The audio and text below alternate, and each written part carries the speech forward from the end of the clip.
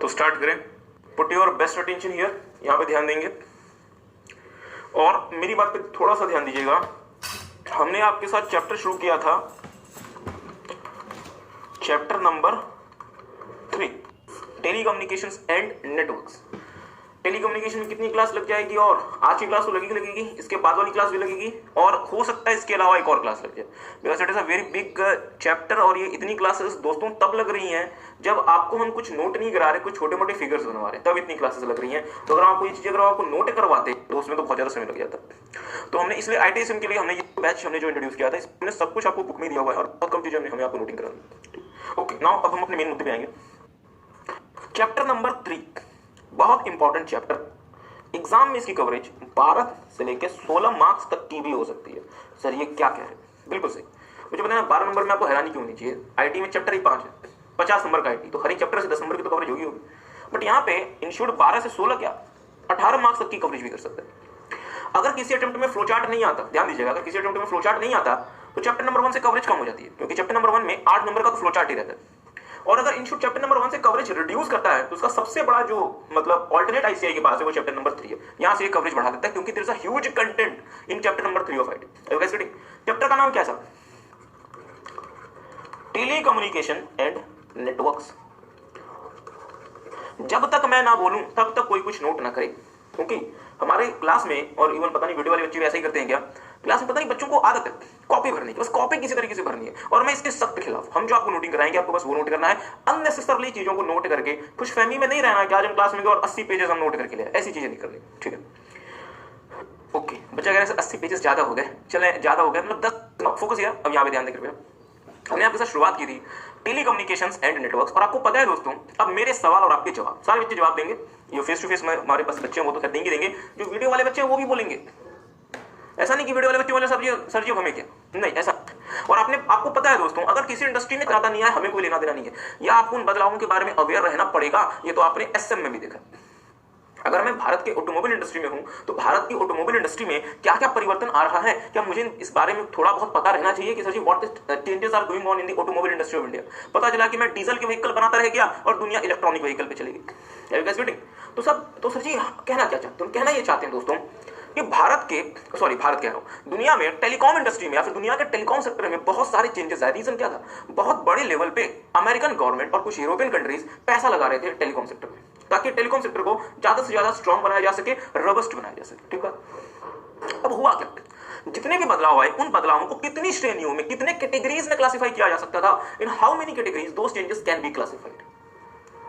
बहुत अच्छा, वीडियो वाले बच्चे बताएंगे कितने कैटेगरीज में। बहुत अच्छा, इंडस्ट्री ट्रेंड, बहुत अच्छा।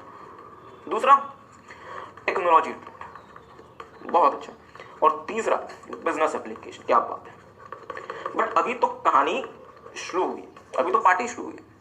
एक पार्टी देंगे ना, एग्जाम में नंबर लेकर आए फिर पार्टी हमारी तरफ से। जो बच्चे एग्जाम में अच्छा परफॉर्म करेगा उसको पार्टी देंगे, बट एग्जाम में अच्छा परफॉर्म करना पड़ेगा। ओके, अब मेरे क्वेश्चंस आपके जवाब, मैं कुछ चेंजेस बताऊंगा, आपको बताना है कि कौन से एरिया का वो चेंज है, ठीक है।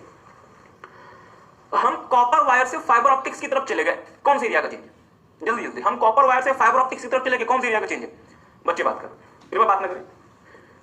ओके, इसी के बारे में बात कर रहे थे। ओके, कौन से एरिया का चेंज समझ रहे थे? नहीं, उनको नहीं बताना, मतलब उनको नहीं बताना, मुझे बताना है। अपने दोस्त को नहीं बताना, मुझे बताना कौन से एरिया का चेंज है।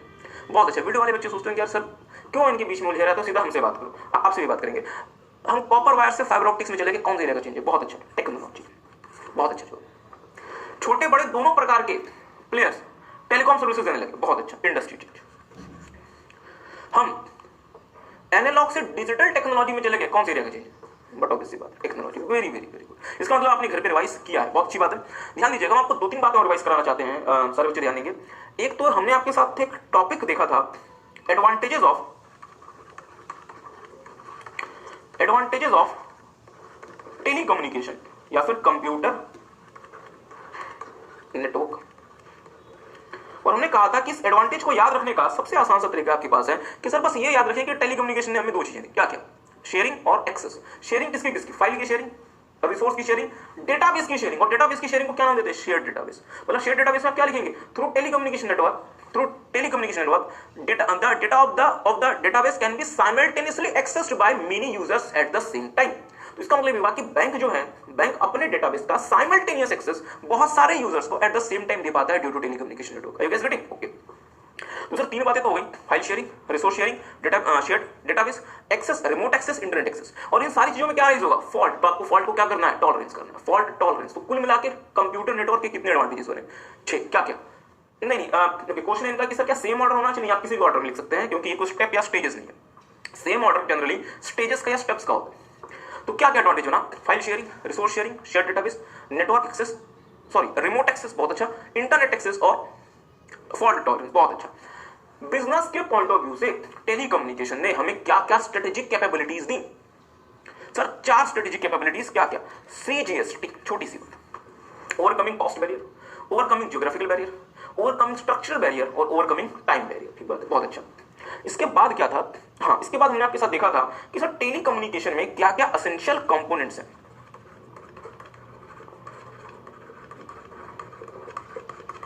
टेलीकम्युनिकेशन में क्या क्या एसेंशियल कंपोनेंट्स हैं। तो हमने आपके साथ देखा था कि सर टेलीकम्युनिकेशन नेटवर्क मॉडल में 5 एसेंशियल कंपोनेंट्स हैं। एक को हम कहते हैं टर्मिनल,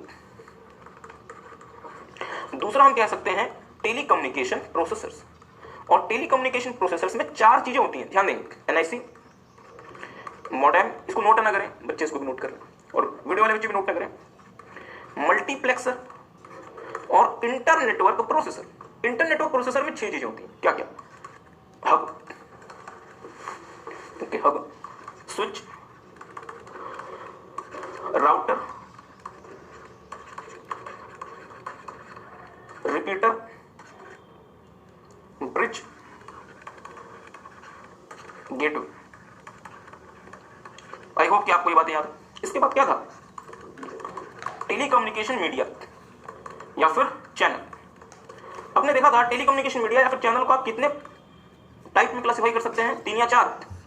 बच्चा बताएगा, आप बताएंगे। टेलीकम्युनिकेशन मीडिया को हम कितने पार्ट्स में क्लासिफाई कर सकते हैं? 3 या 4? 3। क्या क्या? 3 कौन कौन से? ओके, 2 याद है? 2 कौन कौन से? Wired, wireless. नहीं, अब हम आपसे क्वेश्चन पूछेंगे, अदरवाइज आप लोग घर से रिवाइज नहीं करने वाले और ये सब कुछ हमारा एफर्ट बेकार हो जाएगा, आपका एफर्ट बेकार हो जाएगा। वायर्ड में मुझे बताएंगे क्या क्या था? Twisted pair, coaxial cable, fibre optics cable, ठीक है। वायरलेस में terrestrial microwave, microwave, radio waves, infrared waves और कम्युनिकेशन सैटेलाइट। बहुत अच्छा। इसके बाद हमने देखा था computer. Computer basically high capacity computer जैसे मेन फ्रेम हो गया, सर्वर्स हो गए। और फाइनली हमने देखा था टेलीकम्युनिकेशन कंट्रोल सॉफ्टवेयर। और शायद हमने अपनी चर्चा को टेलीकम्युनिकेशन कंट्रोल सॉफ्टवेयर में आगे रोक दिया था। और बहुत इंपॉर्टेंट है दोस्तों telecommunication control software, very very very important. तो बहुत ध्यान से मेरी बात को सुनेंगे। हम आपको थोड़ा सा टेलीकम्युनिकेशन कंट्रोल सॉफ्टवेयर को थोड़ा सा और रिवाइज करा देते हैं। ओके, तो पुट योर बेस्ट एफर्ट, अपनी पूरी अटेंशन यहाँ पे देंगे। देखेंगे दोस्तों, पूरे के पूरे टेलीकम्युनिकेशन नेटवर्क को मैनेज करने की जिम्मेदारी होती है टेलीकम्युनिकेशन कंट्रोल सॉफ्टवेयर के पास। Entire telecommunication network has to be managed through the telecommunication control software. तो सर ये मैनेजमेंट क्या यूजर के एंड पे होनी है, मतलब मैं करूं या मेरा जो सर्विस प्रोवाइडर वो मैनेजमेंट करेगा? सर जी, आपका जो सर्विस प्रोवाइडर बट ऑब्वियसली बात वो मैनेज करेगा, आप इसको थोड़ा मैनेज कर सकते हैं। ओके, तो टेलीकम्युनिकेशन कंट्रोल सॉफ्टवेयर क्या क्या टास्क परफॉर्म करते हैं? आपके स्कूल की मैडम प्रायोरिटी असाइनिंग, बिल्कुल सही बात। दूसरा एक्टिविटी मॉनिटरिंग, बहुत अच्छा। परफॉर्मेंस मॉनिटरिंग, बहुत अच्छा। चौथा एरर करेक्शन, बहुत अच्छा। और नेटवर्क प्रॉब्लम मिटिगेशन। तो मुझे बताएं, क्या इसको याद रख पाएंगे आप कि आपके स्कूल की मैडम, जब आप छोटे बच्चे थे, जब आप प्री स्कूलिंग में गए थे, तो आपकी मैडम क्या करती थी? प्रायोरिटी असाइन करती थी कि नहीं बेटा ये नहीं करना, ये करना है। आपकी एक्टिविटीज मॉनिटर करती थी। क्या कहीं मतलब शैतान तो आप बच्चे शुरू से थे कि आप मतलब कहीं निकलते उगलते कहीं पार्क वार्क में ना चले जाएं? ओके ओके, नहीं मैं जब बचा था मैं भी शैतान था, I was also included. Okay, दिल पे ना ले। ओके, तीसरा एक्टिविटी मॉनिटरिंग हो गया। परफॉर्मेंस मॉनिटरिंग, एरर करेक्शन, आप एरर करके उसे करेक्ट करेंगे। आप किसी प्रॉब्लम में फंस गए उसको मिटिगेट करेंगे, मींस नेटवर्क प्रॉब्लम मिटिगेशन, बहुत अच्छी बात है। इसके अलावा टेलीकम्युनिकेशन कंट्रोल सॉफ्टवेयर दोस्तों एक बहुत महत्वपूर्ण काम करता है। कौन सा काम करता है? कौन सा काम करता है? बहुत अच्छा, नेटवर्क मैनेजमेंट। कौन सा काम करता है? Network management. और दुनिया में, पूरी दुनिया में इंटरनेशनली एक्सेप्टेड एक स्टैंडर्ड बना है ISO के द्वारा, जो कि नेटवर्क मैनेजमेंट मॉडल जिसको हम कहते हैं, जो क्या कहलाता है? FCAPS। बट ये सर FCAPS आपको देखना है या जो सर्विस प्रोवाइडर जैसे MTNL, BSNL, जियो, एयरटेल, इनको देखना है? उन लोगों को देखना है। बट सर जी एक बात बताओ ना, अगर ये उनको देखना है तो फिर हम क्यों पढ़ रहे हैं? क्योंकि आप सिर्फ यूजर नहीं है साहब, आप सीए बनने वाले हैं और बीइंग अ चार्टर्ड अकाउंटेंट आपको इन कंपनीज का भी तो ऑडिट करना पड़ सकता है। मुझे बताया ना, क्या आपको रिलायंस जियो का ऑडिट नहीं मिलेगा? मिलेगा। क्या एमटीएनएल बीएसएनएल आपसे ऑडिट नहीं करवाएंगे? करवाएंगी। तो जाके आपको देखना पड़ेगा, आपको इनको कंसल्टेंसी देनी पड़ेगी और आपको बेसिकली ये सारे के सारे काम ही तो देखने हैं। तो इसलिए आप क्या इंश्योर करेंगे वहां पे? F stands for fault management. आपको इंश्योर करना है कि कोई भी फॉल्ट, देखिए फॉल्ट क्या होता है? कोई भी ऐसा इवेंट जिसका कोई नेगेटिव इंपैक्ट हो। फॉल्ट मैनेजमेंट में हम क्या करेंगे? What we are going to do in fault management, हम फॉल्ट को रिकॉग्नाइज करेंगे, आइसोलेट करेंगे, करेक्ट करेंगे और उसको लॉग कर लेंगे ताकि हम फ्यूचर में रेफरेंस कर सकें और फिर हम इस फॉल्ट की रिपोर्टिंग कर देंगे अपने नेटवर्क मैनेजर को कि सर ये फॉल्ट राइज हुआ था, ध्यान दो। ठीक है। दूसरा कॉन्फ़िगरेशन मैनेजमेंट, हम नेटवर्क के सारे हार्डवेयर सॉफ्टवेयर के कॉन्फ़िगरेशन की मैनेजमेंट करेंगे ताकि नेटवर्क सर्विसेज पे किसी भी प्रकार का असर ना हो। बहुत अच्छा। अकाउंटिंग मैनेजमेंट, हम यूजर्स का नेटवर्क यूटिलाइजेशन इंफॉर्मेशन मॉनिटर करेंगे कि सर जी यूजर ने कितना नेटवर्क यूटिलाइज किया, कितने जीबी डेटा इस्तेमाल कर लिया, कितने समय तक नेटवर्क को ऑक्यूपाई करके रखा, ताकि हम अप्रोप्रिएटली उनकी बिलिंग कर सकें। अब लेट्स से सर जी एक ऐसा नेटवर्क जिसकी बिलिंग नहीं हुई, मतलब फ्री ऑफ कॉस्ट, जैसे इंट्रानेट, तो वहां पे आप यूजर्स को ऑथराइज करेंगे, उनकी एक्टिविटीज को मॉनिटर करेंगे। बहुत अच्छा।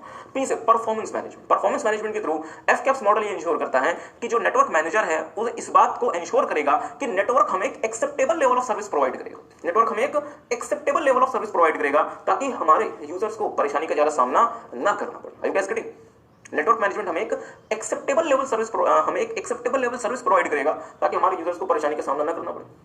परफॉर्मेंस मैनेजमेंट में हम क्या चीजें देखते हैं? हम देखते हैं सर लिंक यूटिलाइजेशन रेट कितना, मतलब कितना लिंक आपका इस्तेमाल होता है, आपका नेटवर्क रिस्पांस टाइम कितना है, मतलब नेटवर्क को रिस्पॉन्ड करने में कितना समय लगता है। अगर नेटवर्क रिस्पांस टाइम बहुत ज्यादा है, इसका मतलब क्या हुआ कि आपके जो सर्वर है वो सही प्रकार से काम नहीं कर रहे। पैकेट डेटा लॉस रेट कितना है, मतलब कितने पैकेट डेटा के बर्बाद हो जाते हैं, पहुंच नहीं पाते, एरर रेट्स कितने एक्सेट्रा। तो इन चीजों को मॉनिटर करके हम नेटवर्क की परफॉर्मेंस को इंप्रूव करते हैं, मेंटेन करते हैं। ठीक है। और फाइनली हम किसकी बात करते हैं दोस्तों? सिक्योरिटी मैनेजमेंट की, क्योंकि और आपको at the end of the day अपने नेटवर्क की सिक्योरिटी का ध्यान रखना पड़ेगा, देखना पड़ेगा कि नेटवर्क आपका सिक्योर है। और सिक्योरिटी के लिए आप 3 काम करते हैं, क्या क्या?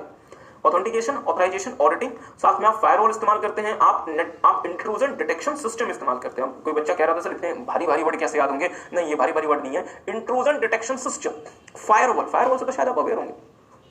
ओके, हम आपके साथ फायरवॉल और इंट्रूजन डिटेक्शन सिस्टम आगे डिटेल में देखेंगे। ठीक है। हमने शायद इसके अलावा तो कुछ नहीं किया था ना? नहीं सर, इसके अलावा हमने कुछ नहीं किया था। तो आज हम फॉर्मली इसके आगे प्रोसीड कर रहे हैं, क्लासिफिकेशन ऑफ टेलीकम्युनिकेशन नेटवर्क्स। अब मेरी पूरी अटेंशन, आपकी पूरी अटेंशन मेरे पास होनी चाहिए, ध्यान दीजिएगा।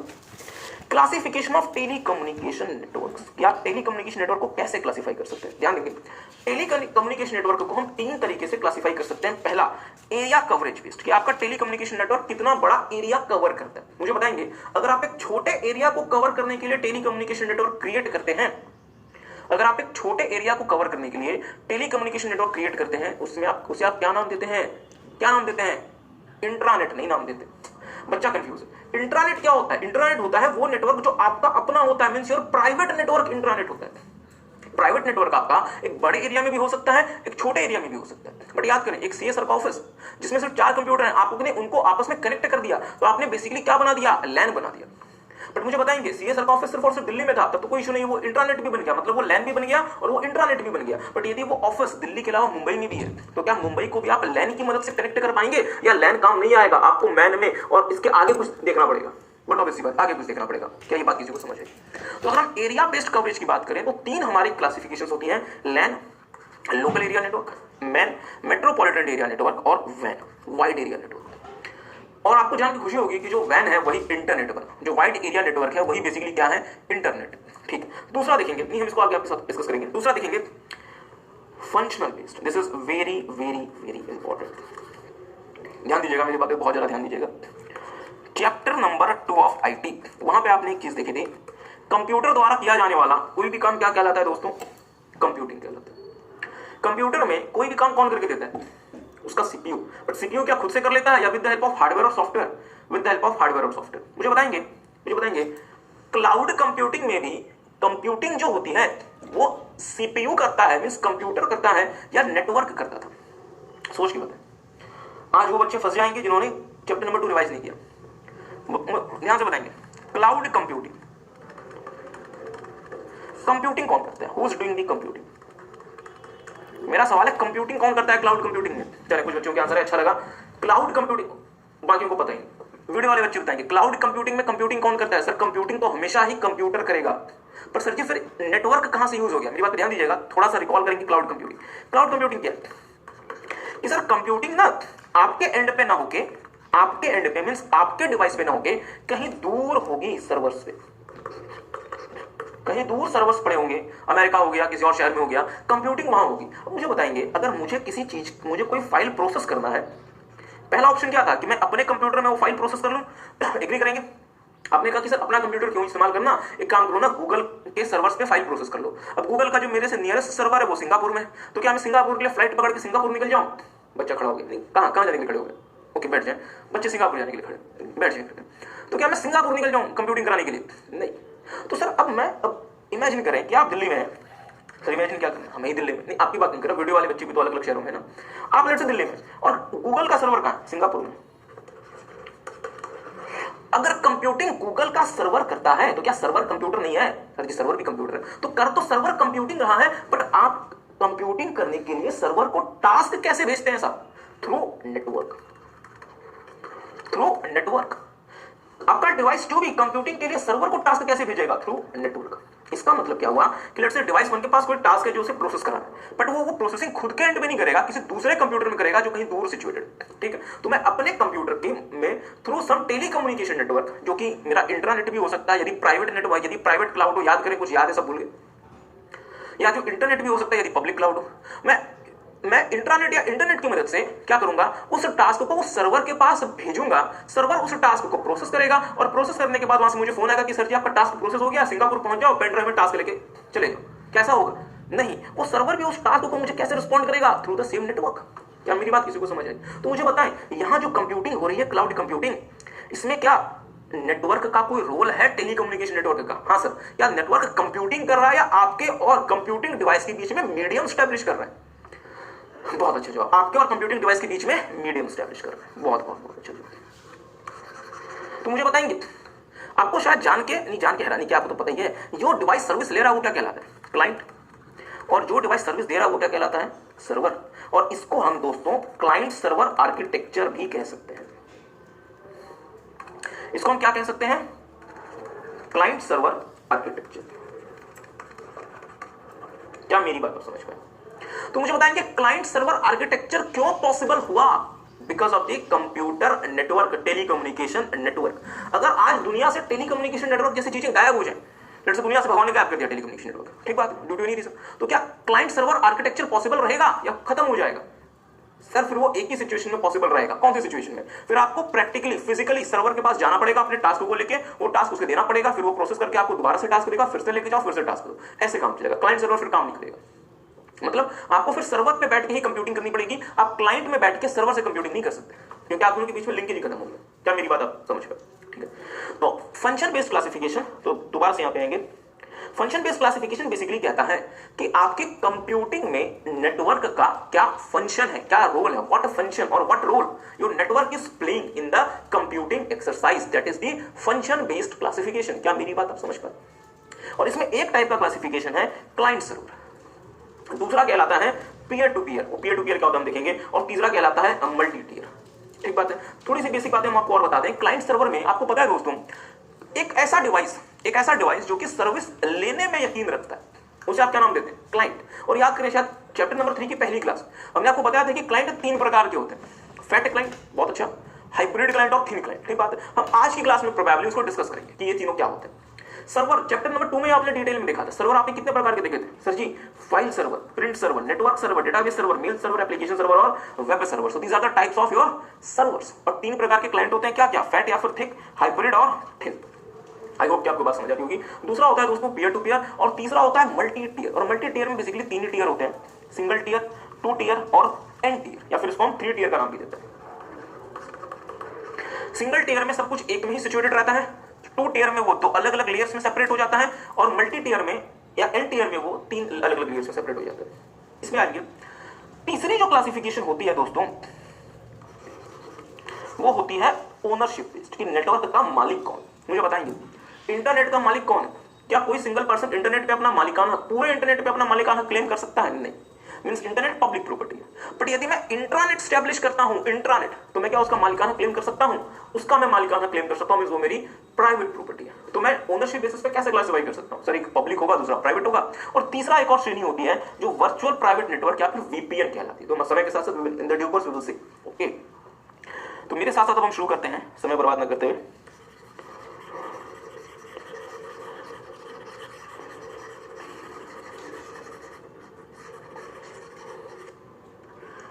Okay, now we are moving very important area towards a very important area, classification of telecommunication network। और तीन तरीके से टेलीकम्युनिकेशन नेटवर्क क्लासिफाई हो सकता है। एरिया कवरेज बेस्ड, किसका कितना एरिया कवर करता है। एरिया कवरेज बेस्ड में तीन क्लासिफिकेशन है, लैन, मैन और वैन।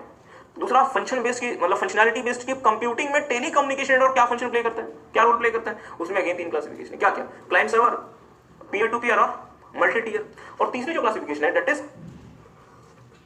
ओनरशिप बेस्ड, मतलब नेटवर्क का मालिक कौन है, who is the owner of the network.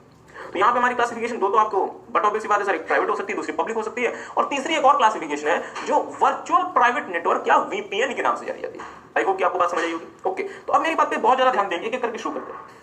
Okay, तो एक काम करेंगे, एक बार पहले इसको पढ़ लें, take some time and read this.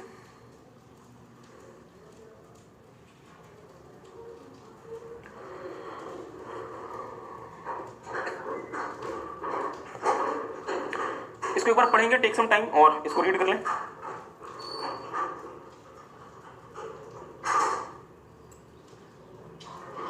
Okay, now we are starting with area based classification. हम आपके साथ एरिया बेस्ड क्लासिफिकेशन शुरू कर रहे हैं। मुझे बताएं area, okay, area coverage based का मतलब क्या होगा कि आपने जो नेटवर्क स्टैब्लिश किया है दोस्तों, वो कितना एरिया कवर करता है, मतलब कितने बड़े एरिया में वो नेटवर्क आपने स्टैब्लिश किया, मींस कितने बड़े एरिया के कंप्यूटर्स को, डिवाइसेस को, सर्वर्स को वो नेटवर्क इंटरकनेक्ट करता है, वो क्या कहलाएगा, एरिया बेस्ड क्लासिफिकेशन। ठीक है, तो हमने कहा कि अगर आप एक लिमिटेड फिजिकल एरिया में अगर आप अपने कंप्यूटर्स को, डिवाइसेस को कनेक्ट करेंगे तो उसे आप क्या नाम देंगे, लोकल एरिया नेटवर्क। जैसे सीएस के जो ऑफिस होते हैं, जितने भी चार्ट अकाउंटेंट्स के ऑफिस होते हैं, उनके कंप्यूटर्स आपस में लिंक्ड होते हैं ताकि एक टास्क जो किसी कंप्यूटर में प्रोसेस हुआ है वो उसका एक्सेस दूसरे कंप्यूटर में हो सके। ठीक बात है।